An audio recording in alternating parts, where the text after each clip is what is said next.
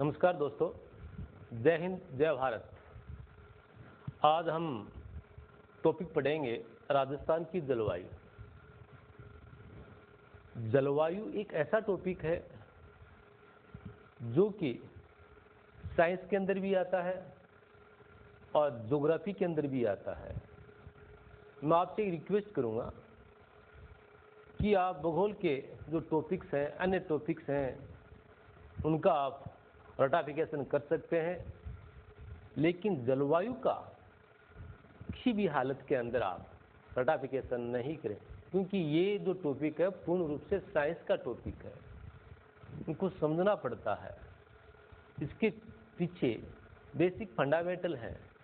यदि आपने इनको समझ लिया तो पुनः कभी याद करने की आवश्यकता भी नहीं पड़ती है। तो चलिए आज हम राजस्थान की जलवायु का अध्ययन करेंगे। तो राजस्थान की जलवायु का अध्ययन करेंगे, कौन कौन सी टॉपिक का अध्ययन करेंगे। सबसे पहले हम अध्ययन करेंगे जलवायु का अर्थ। तो जलवायु शब्द है, इसका क्या अर्थ है। उसके पश्चात देखिए जलवायु के घटक कौन कौन से हैं। नंबर 3 अध्ययन करेंगे जलवायु को प्रभावित करने वाले कारक।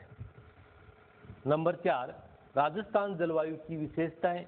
और नंबर 5 जलवायु का क्लासिफिकेशन।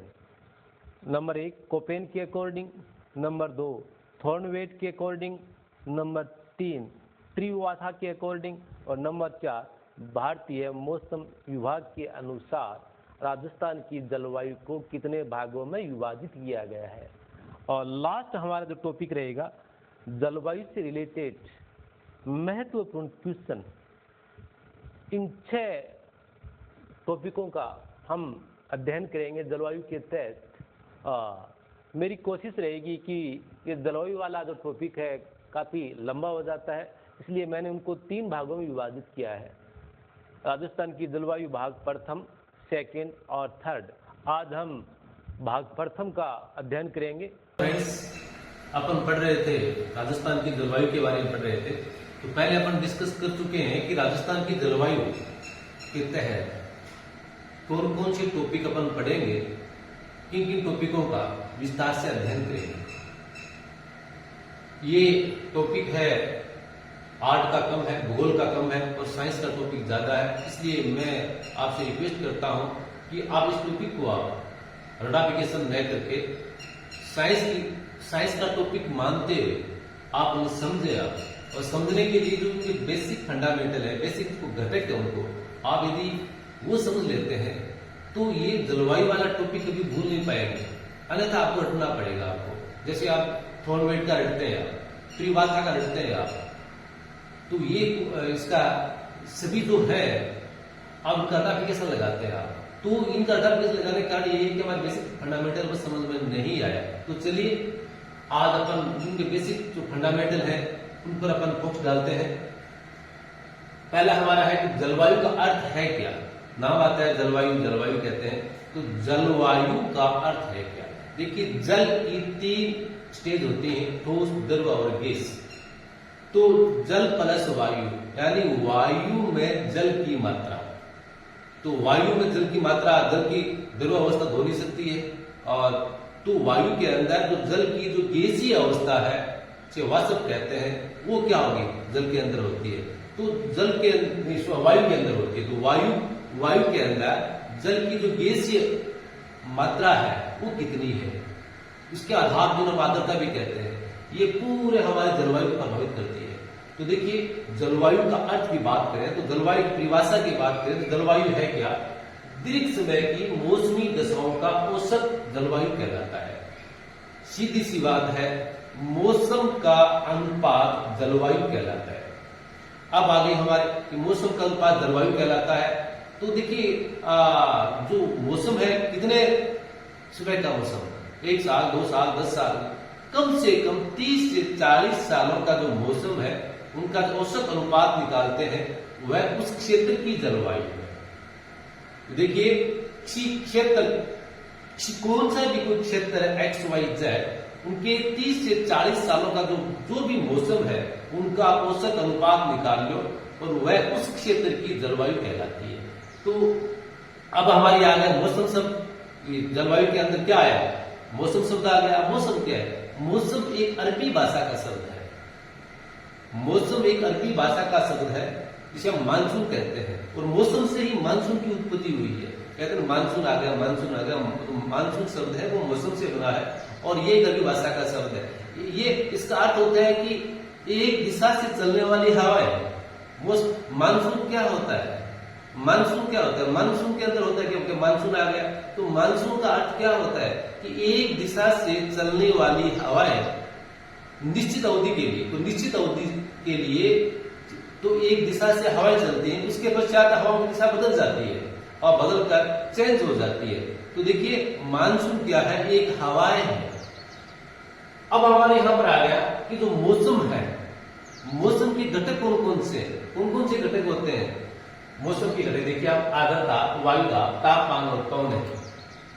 आप इनको चार घटक है हमारे मौसम के या जलवायु के घटक बोले अपन, तो इन चारों घटकों का यदि अपन गहराई से अध्ययन कर लेते हैं तो हमारी जलवायु समझ में ऑटोमेटिक आ जाएगी। देखिए कई बार अपन न्यूज सुनते हैं, तो न्यूज सुनते हैं तो उसके अंदर क्या होता है, चलिए कि अभी आप आपको मौसम संबंधी न्यूज सुनाते हैं, उसके अंदर क्या कहते हैं, ये कहता है कि आज अमुक स्थान का तापमान इतना रहेगा, वहां का वायुदाब इतना रहेगा और वहां की आर्द्रता इतनी रहेगी, पवने हैं वो तेज गति के साथ चलेगी या धीमे चलेगी, बादल छाए रहेंगे। तो ये क्या सभी क्या है, मौसम संबंधी समाचार होते हैं। इसके अंदर क्या बताया जाता है, मौसम संबंधी समाचार के अंदर हमें आर्द्रता के बारे में बताया जाता है, वायुदाब के बारे में बताया जाता है, तापमान के बारे में बताया जाता है और पवनों के बारे में बताया जाता है।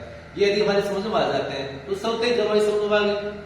अब देखिए पहले हमारा आता है आर्द्रता। आर्द्रता क्या है, आर्द्रता में शब्द है, देखिए आर्द्रता वायु के अंदर नमी की मात्रा आर्द्रता कहलाती है, या वायु के अंदर जलवाष्प की मात्रा आर्द्रता कहलाती है। अब आर्द्रता का तापमान के साथ क्या संबंध है, वायुदाब के साथ क्या संबंध है, इस प्रकार के क्वेश्चन पूछते हैं आपके सीए में। देखिए कैसा क्वेश्चन पूछती है, तापमान अधिक होगा तो आर्द्रता भी अधिक होगी। तापमान और आर्द्रता दोनों के अंदर एक पॉजिटिव रिलेशनशिप होता है। तापमान बढ़ेगा आर्द्रता भी बढ़ेगी, तापमान कम होगा आर्द्रता भी कम होगी। अब आपको एग्जांपल भी देता हूं, देखिए हमारा जो जुलाई का महीना आता है, अगस्त का महीना आता है, उस टाइम के अंदर मानसून का समय होता है, उस टाइम के अंदर बहुत ज्यादा आर्द्रता होती है। और जैसे देखिए दिसंबर और जनवरी का महीना, ठंडा महीना आ गया, उस टाइम के अंदर सबसे न्यून आर्द्रता होती है। अब देखिए जितना टेम्परेचर बढ़ रहा है तो आर्द्रता बढ़ेगी। वजह क्या होता है कि टेम्परेचर बढ़ने की वजह से वायु के जो कण हैं वो फैलते हैं, दूर दूर जाते हैं, जिससे उनकी नमी धारण करने की क्षमता बढ़ जाती है। सीधी सी बात है, यानी तापमान बढ़ा, तापमान बढ़ने से क्या होगा, तापमान बढ़ने से वायु के जो कण है वो दूर दूर जाएंगे, फैलेंगे तो नमी धारण करने की क्षमता वो बढ़ जाती है, उनका क्षेत्रफल बढ़ जाता है, एरिया बढ़ जाता है। और जैसे ही टेम्परेचर लो होता है, न्यून होता है, तो वायु के कण क्या होते हैं, नजदीक नजदीक आते हैं। तो नजदीक नजदीक आने की वजह से उनका जो एरिया है, क्षेत्रफल है, वो कम हो गया और जल धारण करने की क्षमता क्या हो जाती है, न्यून हो जाती है, यानी नमी धारण करने की क्षमता न्यून हो जाती है। जितनी शीत हवा होगी उतनी ही क्या होगी, वो शुष्क होती है, उतनी ही आर्द्रता न्यून होती है। अब देखिए आर्द्रता के बारे में प्रश्न कैसे आते हैं कि कौन से महीने के अंदर आर्द्रता सर्वाधिक मिलती है। तो देखिए मानसून के समय जुलाई और अगस्त के अंदर सर्वाधिक मात्रा में आर्द्रता मिलती है। जुलाई और अगस्त महीना कर देना। अब यदि यह आता है, यदि पूरे वर्ष के अंदर सबसे न्यून आर्द्रता कब मिलती है, उस टाइम के अंदर आप करना दिसंबर और जनवरी के महीने के अंदर सबसे न्यून आर्द्रता मिलती है, ये कर देना। उसके पश्चात देखिए आप ये पूछ लिया जाए कि 24 घंटे के अंदर, दिन के 24 घंटे के अंदर सबसे कम आर्द्रता कब होती है और सबसे न्यून आर्द्रता कब होती है। तो देखिए तापमान, जैसे सूर्य उदय हुआ 7 बजे, उसके पश्चात धीरे धीरे धीरे धीरे तापमान बढ़ता जाता है और अधिकतम तापमान कब होता है, 12 बजे कभी नहीं होता है। आप सोचते हैं कि 12 बजे सूर्य हमारे लंबो चमकता है तो तापमान हाई होता है, नहीं, तापमान सबसे ज्यादा हाई होता है 2 से लेकर 3 बजे के बीच। 2 से 3 बजे के बीच सबसे ज्यादा टेम्परेचर होता है और उसी टाइम के अंदर आर्द्रता सर्वाधिक होती है। 2 से 3 के बीच क्या होती है, आर्द्रता सर्वाधिक होती है। अब देखिए सबसे न्यून कब होती है, सबसे न्यून टेम्परेचर न्यून कब होता है, उसके पश्चात सूर्यास्त हुआ, धीरे धीरे हमारी पृथ्वी ठंडी होने लगती है, होती होती होती सुबह 5 से 6 के बीच, सूर्योदय से ठीक पहले 5 से 6 बजे के बीच आर्द्रता सबसे न्यून होती है, क्योंकि उस टाइम के अंदर तापमान भी क्या होता है, न्यून। तो अब यह हो गया कि 24 घंटे की अवधि के अंदर सबसे हाईएस्ट आर्द्रता किस समय मिलती है, 2 से 3 दिन के अंदर, 2 से 3 ये करना है। और यदि ये क्वेश्चन आ जाए कि सबसे न्यून आर्द्रता कब मिलती है, तो सुबह कब मिलेगी, सुबह 5 से 6 बजे के बीच। इस प्रकार हमारा आर्द्रता वाला टॉपिक हमारा क्या होगा पूरा। आप ग्रीष्म काल के अंदर आर्द्रता अधिक होती है, शीतकाल के अंदर कम। आर्द्रता के बारे में 2-3 क्वेश्चन पूछते हैं और ज्यादा अभी के लिए अपन बाद में बढ़ेंगे। यदि कोई लेक्चरशिप की तैयारी कर रहा है ज्योग्राफी की, तो उनके लिए क्या करते हैं, आर्द्रता के बाद आर्द्रता कई प्रकार की होती है, निरपेक्ष आर्द्रता, सापेक्ष आर्द्रता, उनका गहराई से अध्ययन करते हैं, तो वो अलग चीज है। यहाँ पर तो राजस्थान की जलवायु के बारे में पढ़ रहे हैं, तो थोड़ा मैं सुपरफिशियल आपको बता रहा हूँ ताकि आपकी जलवायु वाला टॉपिक समझ में आ जाए। अन्यथा जो यदि ज्योग्राफी की तैयारी कर रहे हैं बच्चे लेक्चरशिप की, तो उनको तो डीपली पढ़ाना होता है। यहाँ पर आगे चलिए हमारा वायु दाब। अब वायु दाब के बारे में और तापमान के बारे में और पवन के बारे में। आर्द्रता वाला देखिए, आर्द्रता के आधार पर जलवायु को कितने भागों में विभाजित किया गया है। आर्द्रता क्या होती है मैं बता चुका हूं, नमी की मात्रा, वायु में नमी की मात्रा। तो आर्द्रता के आधार पर देखिए, आर्द्रता के आधार पर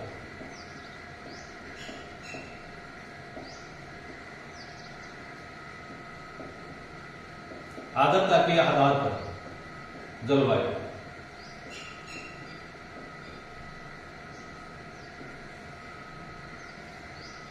दो प्रकार की होती है, शुष्क जलवायु, आर्द्र जलवायु।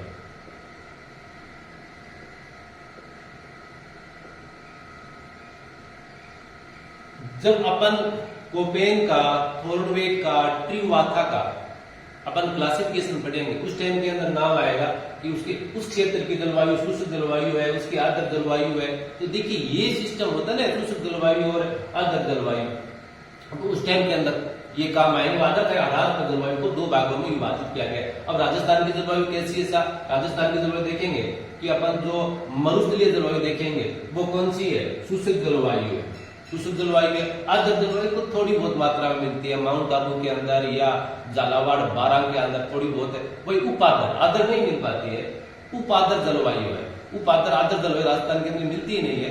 उपार्द्र जलवायु है वो थोड़ी बहुत है, यहाँ झालावाड़, बारां, डूंगरपुर, बांसवाड़ा या कोई माउंट आबू वाला भाग है, वहां पर उप आर्द्र जलवायु राजस्थान में मिलती है। और ऐसा जो मरुस्थलीय जो क्षेत्र है, जो अरावली के पश्चिम दिशा के अंदर, उत्तरी पश्चिम के अंदर है, वहां कौन सी जलवायु है? शुष्क जलवायु है।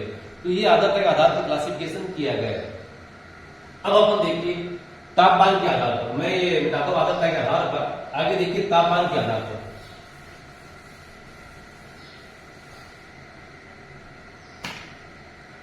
अब हमारा तापमान और वायु दाब ये चल रहा है। अब देखिए तापमान के आधार पर जो टेम्परेचर है उनके आधार पर पूरे पृथ्वी को किन भागों में विभाजित किया गया है टेम्परेचर के आधार पर। देखिए ये हमारा पृथ्वी है, तो यहाँ पर जो 0 डिग्री रेखा है, 0 डिग्री अक्षांश रेखा या भूमध्य रेखा या विषुवत रेखा, उसके नॉर्थ और साउथ की ओर कर्क रेखा और मकर रेखा वाला भाग है।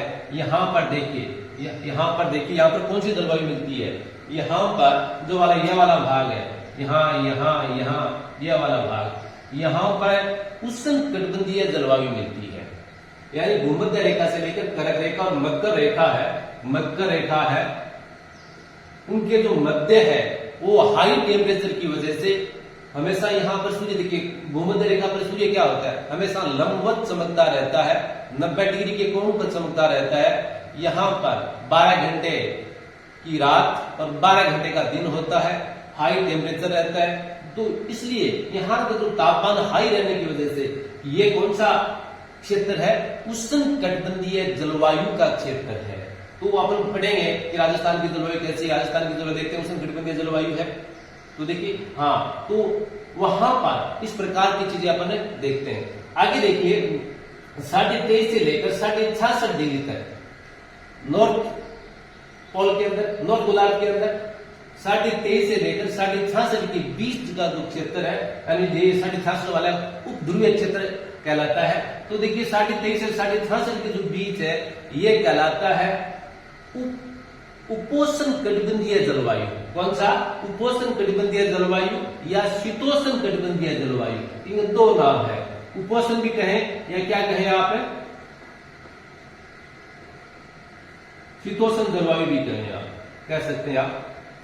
तो देखिए यहां वाला भाग, यह वाला भाग तो 23.5 से लेकर 66 के बीच यह यहाँ पर कौन सी जलवायु मिलती है? उपोष्ण कटिबंधीय जलवायु या शीतोष्ण कटिबंधीय जलवायु मिलती है। उसी प्रकार से दक्षिणी गोलार्ध के अंदर भी मकर रेखा और 66 के बीच कौन सी जलवायु मिलती है? उपोष्ण कटिबंधीय जलवायु या शीतोष्ण कटिबंधीय जलवायु मिलती है, क्योंकि यहाँ पर न तो सर्दी होती है न गर्मी होती है, बीच की स्थिति होती है। उसके पश्चात 66 से लेकर नॉर्थ पोल और इधर 66 से लेकर साउथ पोल के बीच यहां पर टेम्परेचर क्या होता है? लो होता है, और यहां इसलिए वहां पर कौन सी जलवायु मिलती है? शीत कटिबंधीय जलवायु। कौन सी जलवायु मिलती है? शीत कटिबंधीय जलवायु, शीत जलवायु मिलती है। अब देखिए तापमान के आधार पर जलवायु कितने भागों में विभाजित किया गया है? उष्ण कटिबंधीय जलवायु, उपोष्ण कटिबंधीय जलवायु, शीत कटिबंधीय जलवायु।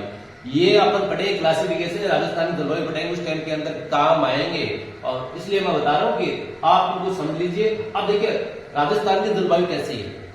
टेम्परेचर के आधार पर कह रहा हूं, राजस्थान की जलवायु टेम्परेचर के आधार पर। अब किस प्रकार से राजस्थान की स्थिति हमारी यहाँ पर है? कहां पर है? यहाँ पर राजस्थान की स्थिति।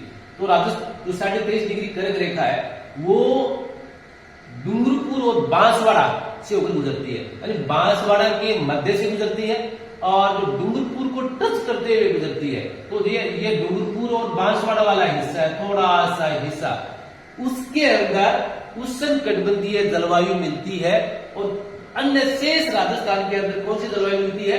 उपोष्ण कटिबंधीय जलवायु मिलती है। तो देखिए आप राजस्थान की जलवायु की बात करें तो डूंगरपुर और बांसवाड़ा वाला हिस्सा है, क्योंकि वो कर्क रेखा वहां से गुजरती है, तो वहां पर हमें उष्ण कटिबंधीय जलवायु है, और पूरे राजस्थान के अंदर उपोष्ण कटिबंधीय जलवायु है।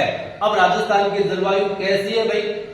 राजस्थान की जलवायु अधिकतर उपोष्ण कटिबंधीय जलवायु, ये नाम आता है लगभग या अधिकतर, सब पहले लगाते हैं।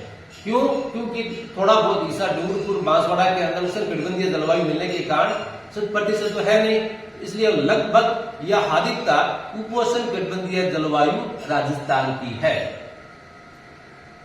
वैसे राजस्थान जलवायु भारतीय मानसून की जलवायु के समान तो है, भारतीय मानसून जलवायु का एक भाग है, उनका हिस्सा है। तो ये यहाँ पर टेम्परेचर के आधार पर कोपेन और थॉर्नवेट का पढ़ते हैं अपन, त्रिवाता पढ़ते हैं, तो वहां पर ये सब काम आएंगे कि राजस्थान की जलवायु उपोष्ण कटिबंधीय जलवायु है। ये तो हो गया हमारा, क्या हो गया? टेम्परेचर के आधार के ऊपर।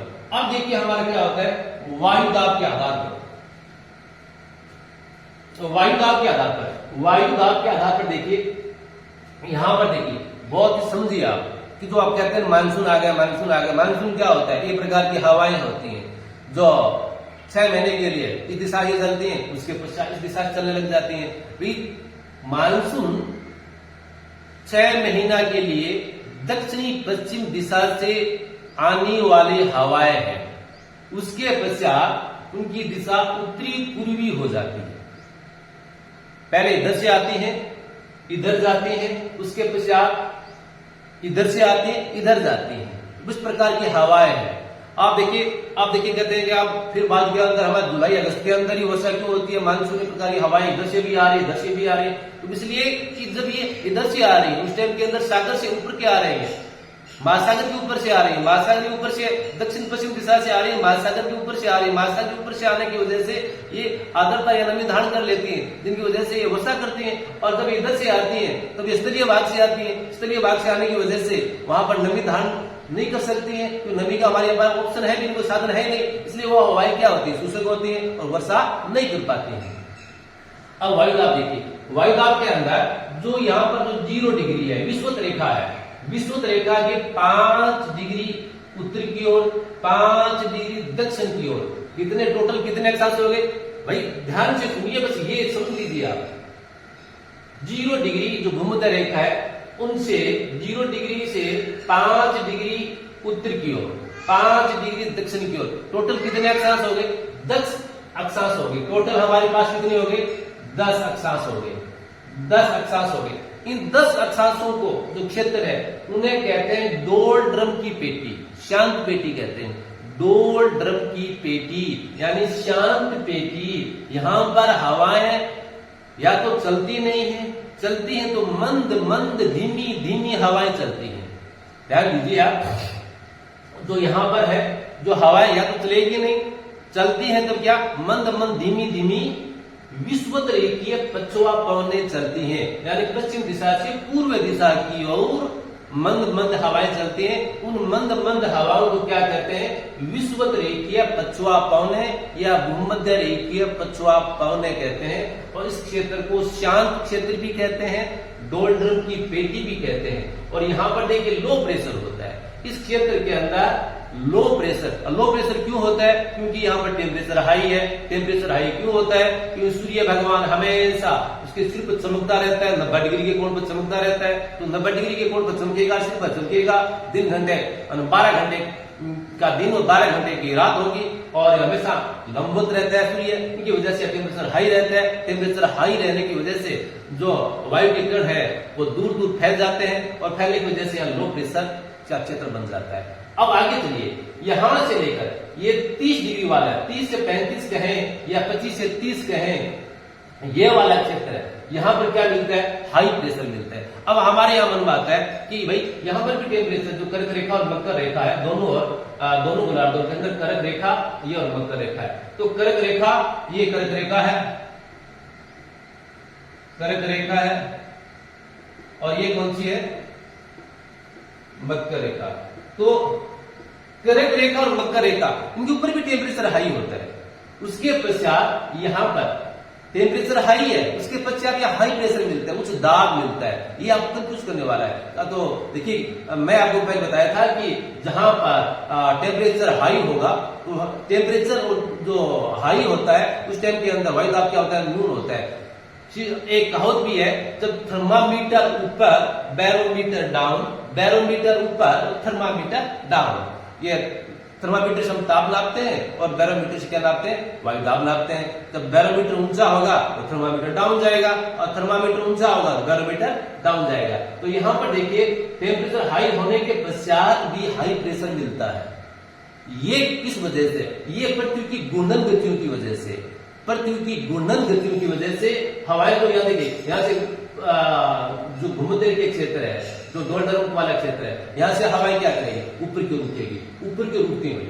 अब जो चाह बनाओ, चाह का बनाओ तो आप डेगची में भाप उठे करें, ऊपर की ओर उठे। यहाँ व्यू हटेगी, अगर आप समुद्र के ऊपर देखिए जो है हवाएं है, तो हवाएं क्या करेगी? ऊपर की ओर उठेगी और ऊपर की ओर उठकर उसके पश्चात दोनों ओर जाएगी। करीबन ये 14-15 किलोमीटर ऊंची तक चली जाती है हवाएं। उसके पश्चात ऊपर जाकर इस प्रकार से मुड़ जाती है। दोनों गोलार्ध, नॉर्थ गोलार्ध और साउथ गोलार्ध, दोनों गोलार्ध मुड़ गए और मुड़ने के पश्चात तो 30 से 35 वाला क्षेत्र है, वहां पर पृथ्वी की घूर्णन गतियों की वजह से नीचे की ओर आएंगे। पृथ्वी के घूर्णन गतियों की वजह से नीचे की ओर आएंगे। अब नीचे की ओर आएंगे तब वहां पर क्या होगा? हाई प्रेशर होगा। इसलिए कर्क रेखा और मकर रेखा दोनों पर क्या मिलता है भाई? हाई प्रेशर मिलता है। किस वजह से? किस वजह से मिलता है? पृथ्वी की घूर्णन गतियों की वजह से मिलता है। मैं आपको एग्जाम्पल और भी बता देता हूं आपको किस प्रकार से ये देखिए होता है। मेरे पास कोई ऐसा कुछ साधन तो है नहीं। अब आपको देखिए, मेरे पास एक थोड़ा सा माइक पड़ा है, मैं आपको देखो। अब देखिए, अब ये हमारे भूमध्य रेखीय क्षेत्र है, यहां से हवाएं जा रही है, यहाँ हवा यहाँ गर्म होगी हाई टेम्परेचर की वजह से, उसके बाद ऊपर की ओर उठेगी। क्या जाएगी? ऊपर की ओर उठेगी। ऊपर उठने के पश्चात 12, 13, 14 किलोमीटर ऊपर उठते हैं। उसके पश्चात हवाएं क्या करती हैं? हवाएं उत्तरी गोलार्ध और दक्षिणी गोलार्ध दोनों की ओर मुड़ जाती हैं और मुड़ने के पश्चात देखिए इस प्रकार से मुड़ गई, उत्तरी गोलार्ध में मुड़ गई और मुड़ने के पश्चात 30 से 35 के बीच क्या होगी? नीचे की ओर आएगी, नीचे की ओर आएंगे और आकर यहाँ पर क्या बनाते हैं? हाई प्रेशर बनाते हैं। और यही कंडीशन क्या है? साउथ गोलार्ध की है, ऊपर की ओर हवाएं जाएंगी, उसके पश्चात 30 से 35 तक जाती है। वहां पर पृथ्वी घूर्णन गतियों की वजह से फिर हवाएं क्या करेगी? नीचे की ओर आएगी और यहाँ क्या बनाती है? हाई प्रेशर बनाती है। और यही कंडीशन कौन सा है? जो 66 डिग्री वाला है, जो 60 से 65 वाला क्षेत्र है, जो उपध्रुवीय क्षेत्र है, वहां पर भी लो प्रेशर मिलता है। अब यहाँ पर भी यह भी उल्टा है कि जो 66 है, जो 60 से 65 वाला क्षेत्र है, तो 60 से जो 65 वाला क्षेत्र है, यहाँ पर भी 60 से 65 वाला क्षेत्र है, जो यहाँ पर देखिए तापमान क्या मिलता है, लो मिलता है। यहाँ पर टेम्परेचर लो मिलता है, तो लो मिलेगा तो वायु दाब क्या होना चाहिए, वायु दाब ज्यादा होना चाहिए भी, लेकिन उल्टा होता है इनका। और यहाँ पर क्या मिलता है, लो प्रेशर मिलता है। तापमान कम है होने के पश्चात भी क्या होता है, लो प्रेशर। ये भी क्या है, पृथ्वी के घूर्णन की वजह से, पृथ्वी घूर्णन की वजह से यह यहाँ पर हवाएं क्या होती है, ऊपर की ओर उठती है। हाँ, ऊपर की ओर उठती है। यहाँ पर देखिए लो प्रेशर है, तो ये लो प्रेशर भी क्या है, रोटेशन की वजह से। देखिए करक रेखा, मकर रेखा, उपध्रुवीय क्षेत्र, इन चारों पर जो प्रेशर बन रहा है वो पृथ्वी के घूर्णन की वजह से बन रहा है। परीक्षा में बार बार आता है कि किस स्थान पर पृथ्वी के घूर्णन की वजह से प्रेशर हाई या लो होता है, तो करक रेखा, मकर रेखा और ध्रुवीय वाला क्षेत्र है। यहाँ पृथ्वी की घूर्णन गतियों की वजह से क्या होता है भाई, टेम्परेचर वायु दाब लो और हाई होता है। उसके पश्चात है नॉर्थ पोल और साउथ पोल। यहाँ पर क्या होता है, टेम्परेचर बहुत तेज डाउन होता है, इसलिए वहां पर हाई प्रेशर मिलता है। ये किसकी वजह से, तापमान की वजह से। तो पृथ्वी के 4 क्षेत्र ऐसे हो गए। कितने क्षेत्र हो गए, देखिए 4 के 5 क्षेत्र ऐसे हो गए। 1 2 3 4 5 6 क्षेत्र हो गए। देखिए कौन कौन से क्षेत्र हो गए, 2 क्षेत्र, तो 1 और 2 क्षेत्रों पर तो तापमान की वजह से, टेम्परेचर की वजह से वायु दाब प्रभावित होता है, वायु दाब की पेटियों का निर्माण होता है। और ये करक रेखा और मकर रेखा, उपध्रुवीय वाला क्षेत्र, इन चारों पर क्या होता है, पृथ्वी की घूर्णन गतियों की वजह से वायु दाब पेटियों का निर्माण होता है। अब वायु दाब की पेटियां बनती हैं, तो देखिए वायु दाब की पेटियां, वायु दाब की जो पेटियां बन रही हैं, वायु दाब पेटियां 1 2 3 4, ये 4 क्षेत्र है। इन चारों क्षेत्रों के अंदर पृथ्वी के घूर्णन की वजह से इन पेटियों का निर्माण हो रहा है, वायु दाब की पेटियों का निर्माण हो रहा है। और देखिए 2 बच गई हमारी, ये कौन कौन, देखिए हाँ 1 बच गई, ये 1 और 2 और 3, एक तो भूमध्य रेखा वाली और ये नॉर्थ पोल साउथ वाली। ये टेम्परेचर की वजह से वायु दाब पेटियों का निर्माण हो रहा है। अब पेटियों का निर्माण हो गया, अब उसके पश्चात आता है पवन आता है। क्या नाम आता है, पवन। देखिए एक नाम आता है वायु, एक आता है पवन, पवने और हवा। अब देखिए, अब वायु क्या होती है, पवने क्या होती है, हवा क्या होती है, अपन तीनों को एक ही समझ लेते हैं। वायु क्या है, भिन्न भिन्न गैसों का मिश्रण है, भिन्न भिन्न गैसों का मिश्रण वायु कहलाता है। लेकिन वायु गतिशील नहीं है, वायु गतिशील नहीं है। हर जगह वायु है, जैसे मैं कमरे के अंदर हूं तो यहाँ पर भी वायु है, लेकिन ये चल थोड़ी रही है, चल नहीं रही है। तब जो वायु का जो स्थिर रूप है, गैसों का जो स्थिर रूप है, गैसों के मिश्रण का जो स्थिर रूप है, वो वायु कहलाता है। जब इनमें गतिशीलता आ जाती है तब ये क्या कहलाते हैं, पवने या हवा कहलाते हैं, पवने या हवा। वायु की गतिशील अवस्था पवन या हवा कहलाती है। अब हमारे ये दिमाग को सुनाना चाहिए कि उनको गतिशीलता, जो ये स्थिर है वायु, उनको गतिशीलता किस वजह से आई, उनको किसने कहा कि तू चल, उनको किसने उनको मोटिवेट किया, किसने उनको प्रेशर दिया, कहां से उनको ऊर्जा मिली कि तू भैया चल। तो इसके लिए क्या होता है, उनको कौन मोटिवेट करता है, वायु से पवनों में तब्दील करने के लिए कौन मोटिवेट करता है, वायु दाब करता है। कौन करता है जी, वायु दाब कहते हैं। कौन कहता है, तू चाल, वायु दाब कहता है जी। वायु को पवनों में कन्वर्ट करने के लिए किसका आदेश है, वायु दाब का आदेश है। वायु दाब कहता है कि वायु तो स्थिर रह चुकी है, अब तू चाल, यहां से गति कर, स्थिर रहने का टाइम नहीं है। अब देखिए, अब वायु दाब ने आदेश दे दिया, चलना है, और चलते क्या कहलाई, पवने या हवा कहलाई। लेकिन ये किस दिशा में जाएगी, दिशा तो नहीं बताई, इधर जाएगी, ऊपर जाएगी, नीचे जाएगी, दाएं जाएगी, बाएं जाएगी। इसके लिए भी क्या करता है, एक देखिए दिशा देखिए, इसके लिए रूल्स होता है। हवा हमेशा हाई, देखिए हाई प्रेशर से लो प्रेशर की ओर चलती है। हवा हमेशा क्या चलती है, हाई प्रेशर से लो प्रेशर की ओर चलती है। देखिए हवा हमेशा कहाँ चलती है, हाई प्रेशर उच्च वायुदाब का क्षेत्र है वहां से लो वायुदाब के क्षेत्र की ओर चलती है। अब हमारे गर्मियों के अंदर बहुत सारी, जैसे मैं शुरू से बिलोंग करता हूं तो हमारे यहाँ शेखावाटी, गंगानगर, हनुमानगढ़ के अंदर यहाँ पर क्या आती है, आंधियां आती है, बहुत ज्यादा आंधियां आती है। तो आंधी आने की वजह से क्या है, देखिए मई जून महीने के अंदर टेम्परेचर हाई हो जाता है, यहाँ पर लगभग 45 के आसपास टेम्परेचर हाई हो जाता है। तो टेम्परेचर हाई होने की वजह से वायु के कण क्या हो जाते हैं, फैल जाते हैं। फैल जाने की वजह से यहाँ पर क्या हो गया, वायुदाब कम हो गया। क्या हो गया, वायुदाब कम हो गया। अब आसपास के क्षेत्र के अंदर कोई वायुदाब उच्च है तो वहां से उस क्षेत्र को घेरने के लिए उस क्षेत्र को देखिए, कहीं मान लीजिए थोड़ी सी भी क्या होगी, वर्षा हो गई, तो वर्षा होते ही वहां पर क्या होता है, टेम्परेचर डाउन हो जाता है, और डाउन होते ही वहां पर क्या हो जाता है, वायुदाब उच्च हो जाता है। और हमारे यहाँ पर क्या है, यहाँ पर वो लो है, लो प्रेशर है, टेम्परेचर हाई है और वायुदाब क्या लो, तो वहां तेज गति के साथ, वहां जहां पर लो हाई प्रेशर है वहां से लो प्रेशर की और तेज गति के साथ क्या आती, हवाएं आती, जिन्हें हम आंधियां कहते हैं।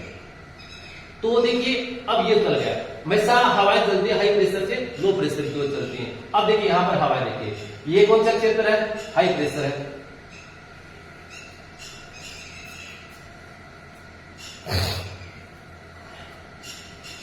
मैं थोड़ा पानी लो पी लूं।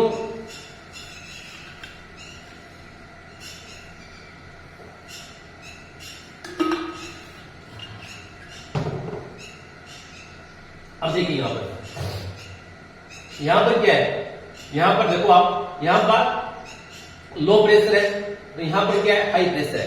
तो हाई प्रेशर से जो हवाएं है कौन है, कहां चलेगी, लो प्रेशर की ओर चलेगी। यानी कर्क रेखा और मकर रेखा से हवा भूमध्य रेखा की ओर चलेगी। तो देखिए सीधी चलनी चाहिए हवा भी, यहाँ पर हाई प्रेशर है और यहाँ पर लो प्रेशर है, तो हवा को सीधा चलना चाहिए, लेकिन सीधी नहीं चलते। बोल कौन चलना सीधी, अंग्रेजी में बोलेंगे तो बोले सीधी क्यों कौन चलो, बोले मानना एक समस्या है। क्या सीधी क्या समस्या है, क्या देखो उत्तरी गोलार्ध के अंदर इसका नियम है फेरल का नियम। ये नियम फेरल का नियम है। ये नियम क्या कहलाता है कि जिधर से हवा आ रही है उसकी ओर आप पीठ करके खड़े हो जाओ। अब मैं उत्तरी गोलार्ध के अंदर हूं साहब, मैं खड़ा हूं उत्तरी गोलार्ध में हूं, और मेरा बोर्ड है, बोर्ड के ऊपर क्या है, ये कर्क रेखा है। अब बोर्ड मान लो कर्क रेखा है और यहाँ पर हाई प्रेशर है साहब, और जब मेरा आगे जगह है क्या भूमध्य रेखा है और यहाँ पर क्या है, लो प्रेशर है साहब। अब मैं हवा किधर आ रही है, उच्च वायुदाब इधर है और निम्न वायुदाब इधर है, तो हवा एकदम सीधी आनी चाहिए। तो लेकिन फेरल का नियम क्या कहता है, उत्तरी गोलार्ध के अंदर हवाएं अपने देखिए राइट हैंड की ओर मुड़ जाती है, सीधी न चलकर राइट हैंड की ओर मुड़ जाती है, इस प्रकार से मुड़ जाती है, तिरछी हो जाती है। इसलिए हवाओं की दिशा क्या हो जाती है, उत्तरी पूर्वी हो जाती है।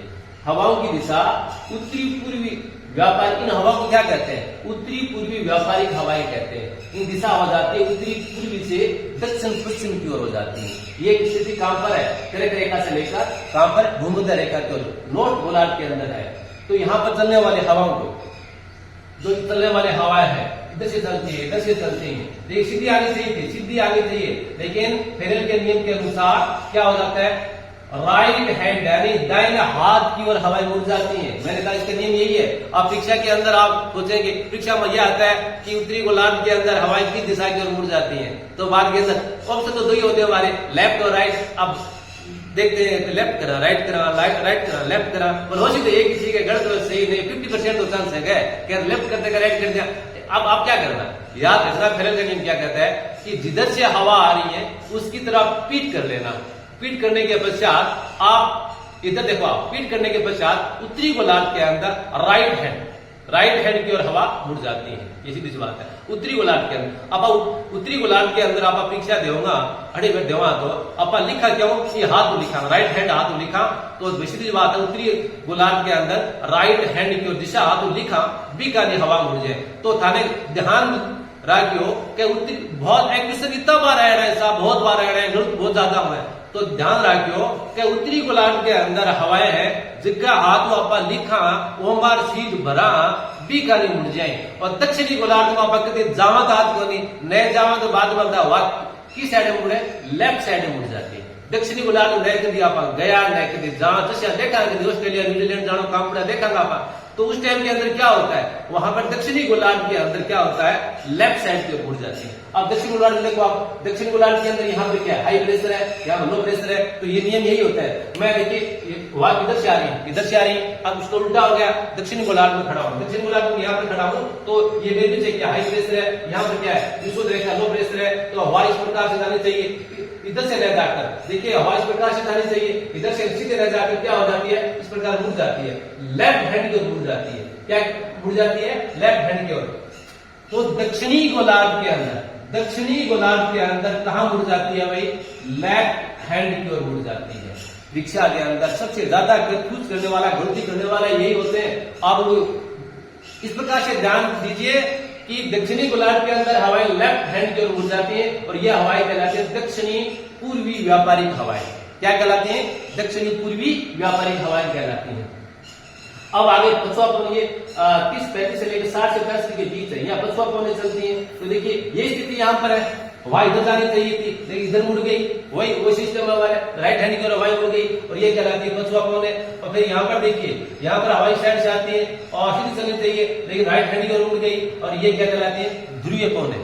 और इधर देखिए ये हवाएं है वो सीधी चलनी चाहिए, इस प्रकार से आनी चाहिए लेकिन लेफ्ट हैंड की ओर मुड़ गई और ये कहलाती है दक्षिणी पश्चिमी पछुआ हवाएं। इन हवाओं क्या कहते हैं, दक्षिणी पश्चिमी पछुआ हवाएं, दक्षिणी पश्चिमी पछुआ हवाएं कहते हैं। और ये कौन सी कहलाती है, ध्रुवीय पवनें कहलाती है। और ध्रुवीय पवनें की दिशा कौन सी होती है, इधर देखो आप, इधर उत्तरी पूर्वी ध्रुवीय पवनें, इधर कौन सा आता है, दक्षिणी पूर्वी ध्रुवीय पवनें कहलाती है। इस प्रकार से हवाएं चलती रहती हैं और इनका हमारे जलवायु के अंदर बहुत ज्यादा इसका रोल है। अब देखिए हमारा मानसून आता है, मानसून क्या होता है, मानसून जो विषुवत रेखीय पश्चिमी पवनें हैं उनका ये रूप है। अब अपन पढ़ेंगे NITC और SITC पढ़ेंगे, north inter tropical convergence and south inter tropical convergence पढ़ेंगे। तो देखें विषुवत रेखीय पश्चिमी पवनें क्या होती हैं, और गर्मियों के अंदर यहाँ जो NITC है, NITC north inter tropical convergence की वजह से ये देखिए हवाएं क्या होती हैं, थोड़ा उनका विस्तार इस ओर हो जाता है और ये विस्तार होने की वजह से ये हवाएं सागर, देखिए महासागर से हमारी ओर भारत को आती हैं, साथ में नमी लाती हैं और नीचे वर्षा होती है, क्या कहते हैं अपन, मानसून हवाएं कहते हैं। एक प्रकार की मानसून हवाएं विषुवत रेखीय पछुआ पवनों का ही विस्तार है। और आगे बढ़ेंगे अपन आप, और ये आज का टॉपिक है, यही खत्म करते हैं। धन्यवाद, काफी लंबा हो गया।